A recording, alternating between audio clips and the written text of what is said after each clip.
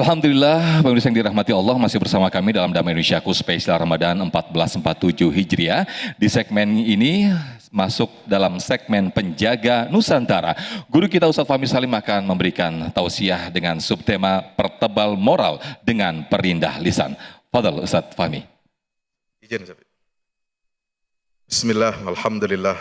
Alhamdulillah kita masih dalam suasana tema kita kali ini adalah menjaga lisan.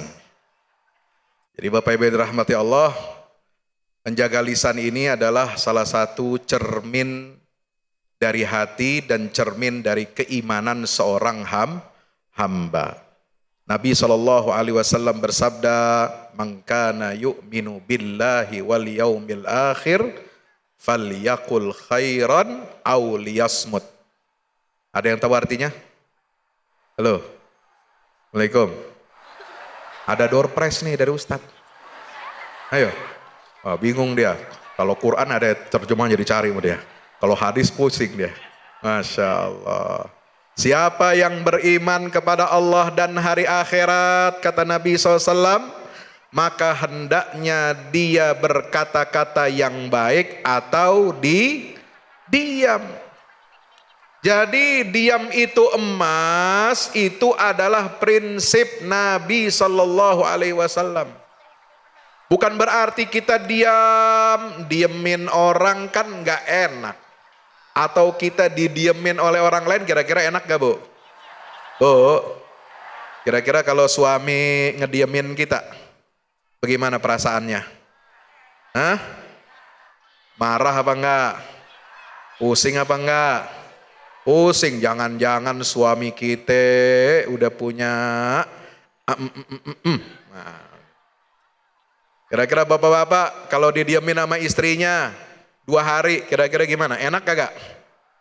Hah? Oh, uring-uringan bapak-bapak. Penyakit bapak-bapak uring-uringan di rumah sebenarnya gampang.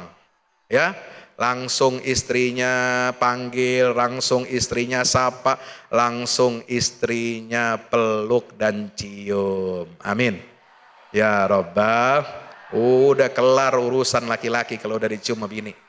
Insya Allah. Diam itu bukan berarti kita lemah. Diam pada saat terjadinya banyak fitnah, justru itu yang diinginkan oleh agama Islam. Jangan banyak bacot, kata-kata orang Betawi, betul? Orang lagi banyak fitnah, belum jelas juntrungannya, kita ikut-ikutan, padahal kita nggak tahu ilmunya. Ya, maka perlu kita contoh sikap para sahabat Rasulullah ketika terjadi fitnah. Banyak di antara mereka yang mengambil sikap untuk diam dan tidak berpihak kepada pihak-pihak manapun. Maka itu ketika banyak terjadi zaman fitnah, kita harus jaga lisan. Berkata-katalah yang baik kalau memang perkataan baik itu akan menyelesaikan persoalan-persoalan yang ada di tengah-tengah kita. Kalau kita tidak bisa menyelesaikan persoalan-persoalan itu, maka lebih baik kita diam. 2. Nabi SAW sangat mewanti-wanti, sangat memberikan warning kepada kita, peringatan keras. Apa peringatan kerasnya? Hati-hati dengan satu kalimat. Dalam hadis riwayat Imam Bukhari Muslim, innal abda la yatakallamu bil kalimah min ridwanillah la yulqi biha balan yarfa'ullahu biha darajat. Kata Nabi SAW, sungguh seorang hamba itu dia bisa berbicara. Dia berbicara, kemudian itu diridhoi oleh Allah Subhanahu wa taala sementara dia enggak sadari. Bicaranya kalau apa? Kalau lagi kaget, subhanallah. Nah, itu kan kaget tuh. Biasanya kalau mama kaget apa? Hah? Wah, kalau kaget itu kalau orang apa tuh? Wah, latah. Ya. Jangan latah, ucapannya ucapan yang benar, jangan ikut ucapan yang enggak benar. Kalau kaget, subhanallah. Ya. Kalau kita dapat nikmat, alhamdulillah, itu biasain. Insya Allah. La yulqi biabalan, mungkin itu dia keluarkan kata-kata baik itu, dia enggak sadari. Dia mungkin anggap remeh, tapi justru dengan kalimat itu, yarfa'ullahu biha darajat. Allah akan mengangkat hamba derajat orang hamba ini menjadi beberapa derajat. Amin ya rabbal alamin. Sementara sebaliknya, wa innal abda la yatakallamu bil kalimah min sakhatillah la yulqi laha balan yahwi biha fi jahannam, kata Nabi. Ada seorang hamba, dia berbicara, banyak bacot. Tapi bacotnya itu justru apa? Mendatangkan murka Allah, padahal dia tidak sadari. Banyak di antara kita suka lepas kontrol, lepas omongan, ya. Kenapa? Lidah ini tidak siapa bilang? Ibu yang bilang. Ya. Ya. Memang lidah nggak ada tulangnya. Yang paling enak kan kalau sapi selain daging apa? Lidahnya. Pernah makan sate sapi? Sate lidah? Oh, Masya Allah. Insya, bayangin aja belum buka puasa, belum. Iya. Ntar habis dari sini cari sate lidah. Lidah itu nggak bertulang.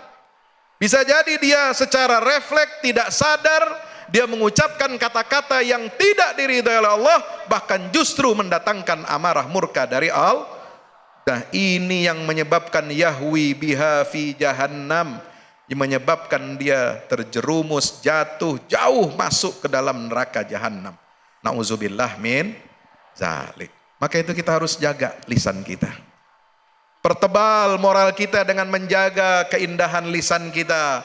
Percuma kalau kita puasa, tapi hati kita, lisan kita masih menyakiti orang lain. Percuma tilawah Quran kita kalau lidah kita juga masih menggonjing orang lain, kelompok lain, jamaah lain. Percuma qiyamul lail kita kalau di siang hari kita masih sibuk menggunjing, membicarakan, memfitnah orang lain. Nauzubil. Kenapa? Karena bulan Ramadan adalah bulan penyucian jiwa, jamaah yang dirahmati Allah. Jiwa kita harus dibersihkan. Inilah momentum yang paling bagus. Ketika kita tadi seperti disampaikan guru kita Habib Nabil Al-Musawa, inti dan substansi ibadah puasa adalah menahan diri. Ayo, jaga lisan kita, tahan diri kita di tengah banyak fitnah berseliweran, di tengah banyak berita-berita yang tidak benar. Kita harus pandai-pandai menjaga lisan, karena hanya ada dua kemungkinan. Bisa menjadi dia sebab datangnya ridha Allah sehingga derajat kita diangkat oleh Allah, atau pilihan terburuk kita mendapatkan neraka jahanam. Nauzubillah. Dengan lisan yang baik, insya Allah Nusantara kita terjaga dengan baik. Amin ya Rabbal Amin, alamin. amin ya Rabbal Alamin. Terima kasih Ustadz Fahmi Salim yang telah memberikan tausiah di segmen Penjaga Nusantara ini.